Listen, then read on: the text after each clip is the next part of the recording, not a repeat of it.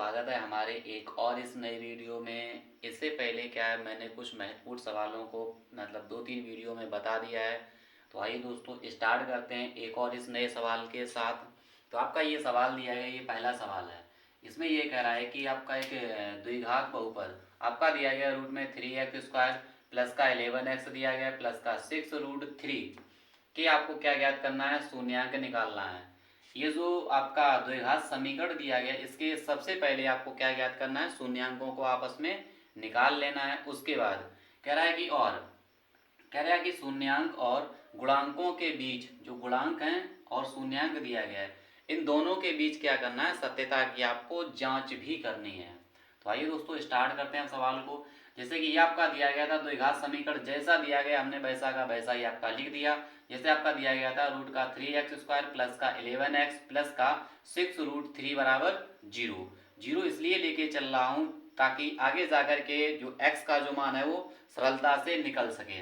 उसके बाद क्या करना है, x² के साथ जो भी आपका मान दिया जाए, जैसे यहाँ पर x² दिया गया है और इस x² के साथ आपका जो है रूट में कितना दिया गया, 3 दिया गया है। इस √3 का गुणा जो करना होगा आपको लास्ट वाली संख्या में ही करना पड़ता है। जब भी आप गुणनखंड निकालते हो तो जब भी x² के साथ कोई भी मान दिया जाता है तो उसका जो है गुणा आपको क्या करना पड़ता है, हमेशा लास्ट वाली संख्या में ही करना पड़ता है।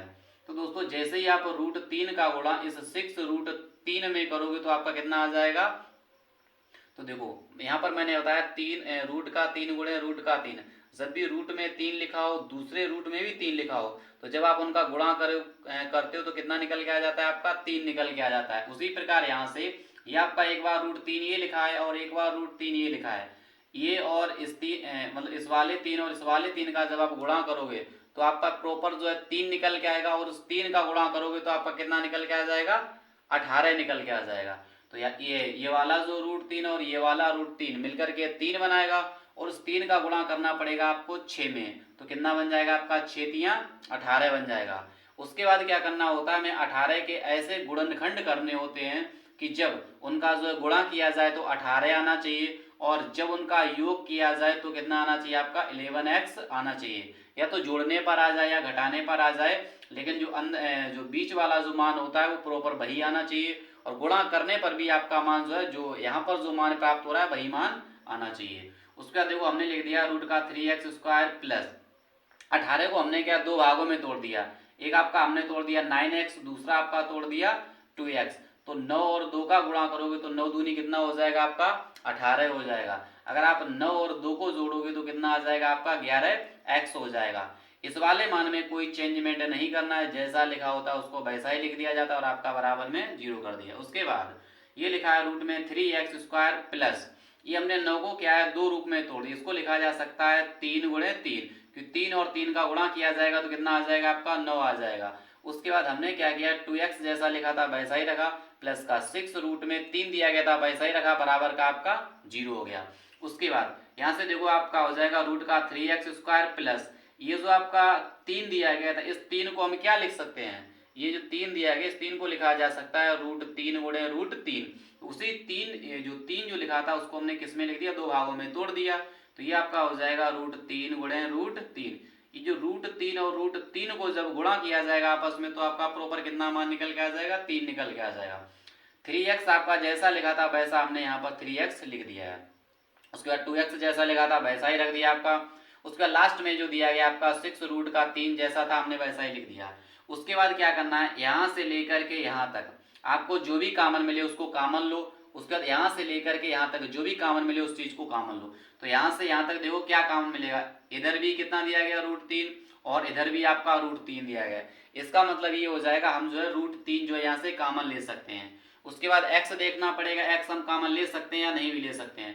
तो यहाँ पर दिया गया आपका x और यहाँ पर दिया गया x², इसका मतलब जो हम x भी कॉमन ले सकते हैं। तो यहाँ से हमने क्या किया, रूट का 3 और x कॉमन ले लिया।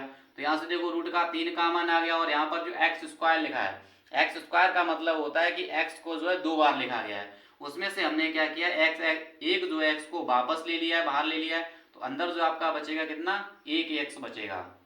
उसके बाद प्लस ये वाला देखो √3 हमने एक बाहर ले लिया, एक √3 बचा वो हमने यहाँ पर लिख दिया, और एक्स जो है हमने वो भी बाहर ले लिया, यहाँ पर कितना बचा आपका 3 बचा, वो हमने यहाँ पर ऐसे ही लिख दिया। उसके बाद यहाँ से देखो आपका क्या कॉमन मिल जाएगा, यहाँ पर देखो 2 दिया गया, यहाँ पर 6 दिया गया, तो यहाँ से 2 कॉमन मिल जाएगा।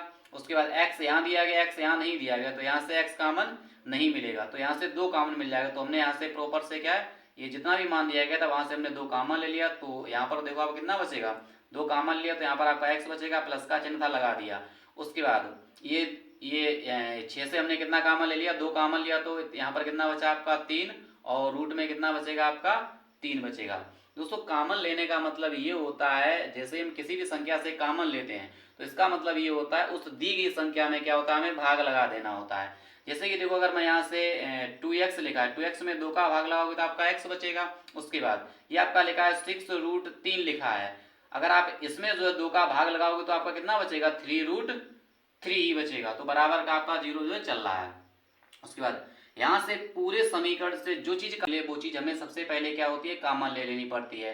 तो आप देखो आपका लिखा है यहाँ पर x प्लस 3√3, यहाँ पर भी लिखा है और यहाँ पर भी दिया गया आपका x प्लस 3√3 दिया गया है। तो यहाँ से हमें जो है x प्लस 3√3 कॉमन मिलेगा, तो हमने वो चीज यहाँ पर कॉमन ले ली, उसको मैंने यहाँ पर लिख दिया है। उसके बाद इस वाले समीकरण में जो भी शेष बचता है उसको अलग रूट में लिख दिया जाता है। तो यहाँ पर आपका बचा है रूट का 3x, हमने रूट का 3x लिख दिया, ये चीज कॉमन मिल गई, उससे कोई मतलब नहीं, प्लस का चिन्ह था लगा दिया, प्लस का जो आपका बचा हुआ कितना बचा हुआ 2 बचा, तो हमने 2 लिख दिया, और ये चीज हम जो है पहले ही कॉमन ले चुके हैं, तो बराबर आपका क्या हो जाएगा, 0 हो जाएगा।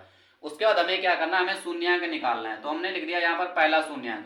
पहले शून्यांक का मतलब होता है ये जो मान दिया गया है इसके बराबर हमें 0 करना पड़ेगा, ठीक है। उसके बाद ये जो मान दिया गया इसके बराबर मुझे क्या करना पड़ेगा, 0 करना पड़ेगा। जैसे ही आप इसके बराबर 0 करोगे, ये जो मान दिया गया इसके बराबर जैसे ही मैंने 0 किया तो यहाँ से आपका पहला शून्यांक निकल के आ जाएगा। तो यहाँ से हमने लिख दिया x प्लस 3√3 बराबर 0 हो जाएगा। जैसे ही ये जो दिया गया 3√3 दिया गया, जैसे ही बराबर के उस तरफ जाएगा तो ये प्लस का मान है किसका हो जाएगा, माइनस का हो जाएगा। तो यहाँ से आपका निकल के आ जाएगा x बराबर 3√3 निकल के आ जाएगा। उसके बाद हमें निकालना है दूसरा शून्यांक, तो दूसरा शून्यांक आपको निकालने के लिए क्या करना पड़ेगा, इसका जो मान दिया गया इसके बराबर 0 करना पड़ेगा। तो हमने यहाँ पर लिख दिया रूट का 3x और प्लस का 2 बराबर 0 हो जाएगा। तो आपका इधर हो जैसे ही आपका 2 बराबर के उस तरफ जाएगा तो ये किसका हो जाएगा, माइनस का हो जाएगा। उसके बाद तो हमने लिख दिया रूट का 3 बराबर रूट का 3, आप तो जैसे ही क्या करेंगे आप उसको पक्षांतर करेंगे तो ये उधर जाएगा, किसका हो जाएगा, माइनस का हो जाएगा। तो यहाँ से हमने लिख दिया रूट का 3x बराबर माइनस का 2, और ये जो x के साथ जो √3 दिया गया ये किसके रूप में दिया गया है, ये गुणे के रूप में दिया गया, और गुणे वाली चीज जब भी बराबर के उस तरफ जाएगी तो किसके रूप में चली जाएगी, भाग के रूप में चली जाएगी। तो यहाँ से हमारा निकल के आ जाएगा x बराबर माइनस का 2 बटे रूट का 3। ये हमारा पहला शून्यांक निकल के आ गया और ये हमारा दूसरा शून्यांक जो है निकल के आ गया। अभी तक जो हमने दोनों शून्यांकों को आपस में ज्ञात कर लिया है। अब हमसे ये कह रहा है कि शून्यांक तथा गुणांकों के बीच सत्यता की क्या करना है, आपको जांच करना है। तो हमने लिख दिया सत्यता की जांच करने पर। तो सत्यता की जांच में ये होता है हमें क्या करना पड़ता है, जो पहला गुणांक दिया जाए उसका योग कर लो, ठीक है। पहले और दूसरे गुणांक का क्या करना है, आपको योग करना है। उसके बाद जब आपको दूसरा गुणांक दिया जाए तो उन दोनों का क्या करना है, आपको गुणनखंड निकाल लेना है। तो यहाँ से हमने लिख दिया कि शून्यांकों का क्या ज्ञात करना है, आपको योग ज्ञात करना है। तो पहला गुणांक और ये लिखा आपका दूसरा गुणांक, पहला गुणांक आपका निकल के आया था ये देखो माइनस का 3√3 आपका 3 आ जाएगा। उसके बाद जो भी हमने अभी लासा लिया है वो हमने लासा क्या प्रॉपर यहाँ पर रख दिया है। उसके बाद क्या करना पड़ता है, जो पहली भिन्न दी है उसका जो भी हर होता है उस हर का भाग लगाना पड़ता है जो हमने लासा लिया उसमें। तो यहाँ पर ये जो भिन्न दी गई माइनस का 3 बटे माइनस का 3√3 और अपान में कितना दिया गया, 1 दिया गया है।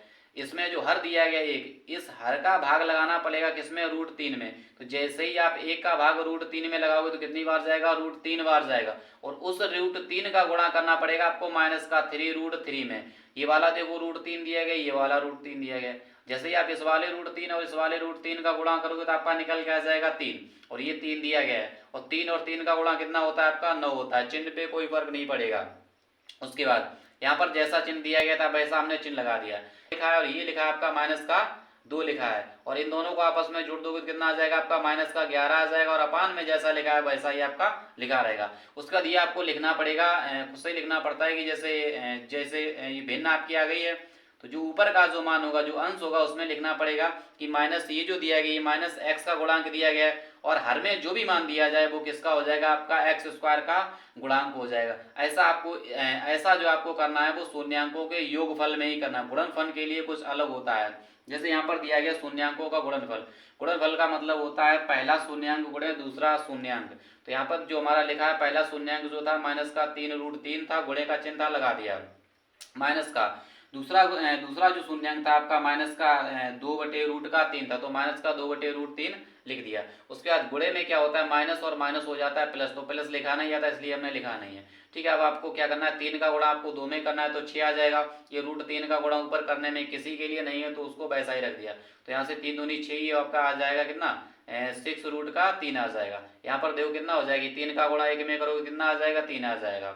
उसके बाद अगर आपको निकालना है शून्यांकों का गुणनफल तो आपको ये प्रोसेस करना है। उसके बाद आपको लिखना पड़ेगा जो अंश का मान दिया जाए उसके सामने लिख देना ये अचर पद दिया गया है, और जो हर में जो भी मान दिया जाए उसके नीचे लिख देना ये किसका दिया गया, ये आपका जो है एक्स स्क्वायर का गुणांक दिया जाए। तो अगर आपको योग निकालना है तो आपको ऐसे लिखना है, तो आपको मतलब इतना करने के बाद ऐसे लिखना है कि माइनस जो अंश दिया जाएगा वो माइनस एक्स का गुणांक होगा, और जो हर जो दिया जाएगा वो हो जाएगा आपका एक्स स्क्वायर का गुणांक हो जाएगा। उसके बाद अगर आपसे गुणनफल कह रहा है कि शून्यांकों का गुणनफल निकालिए, तो जो भी मान आए उसमें क्या होगा, अंश में लिखना पड़ेगा ये जो दिया गया है मान वो कैसा है, अचर पद कहलाएगा।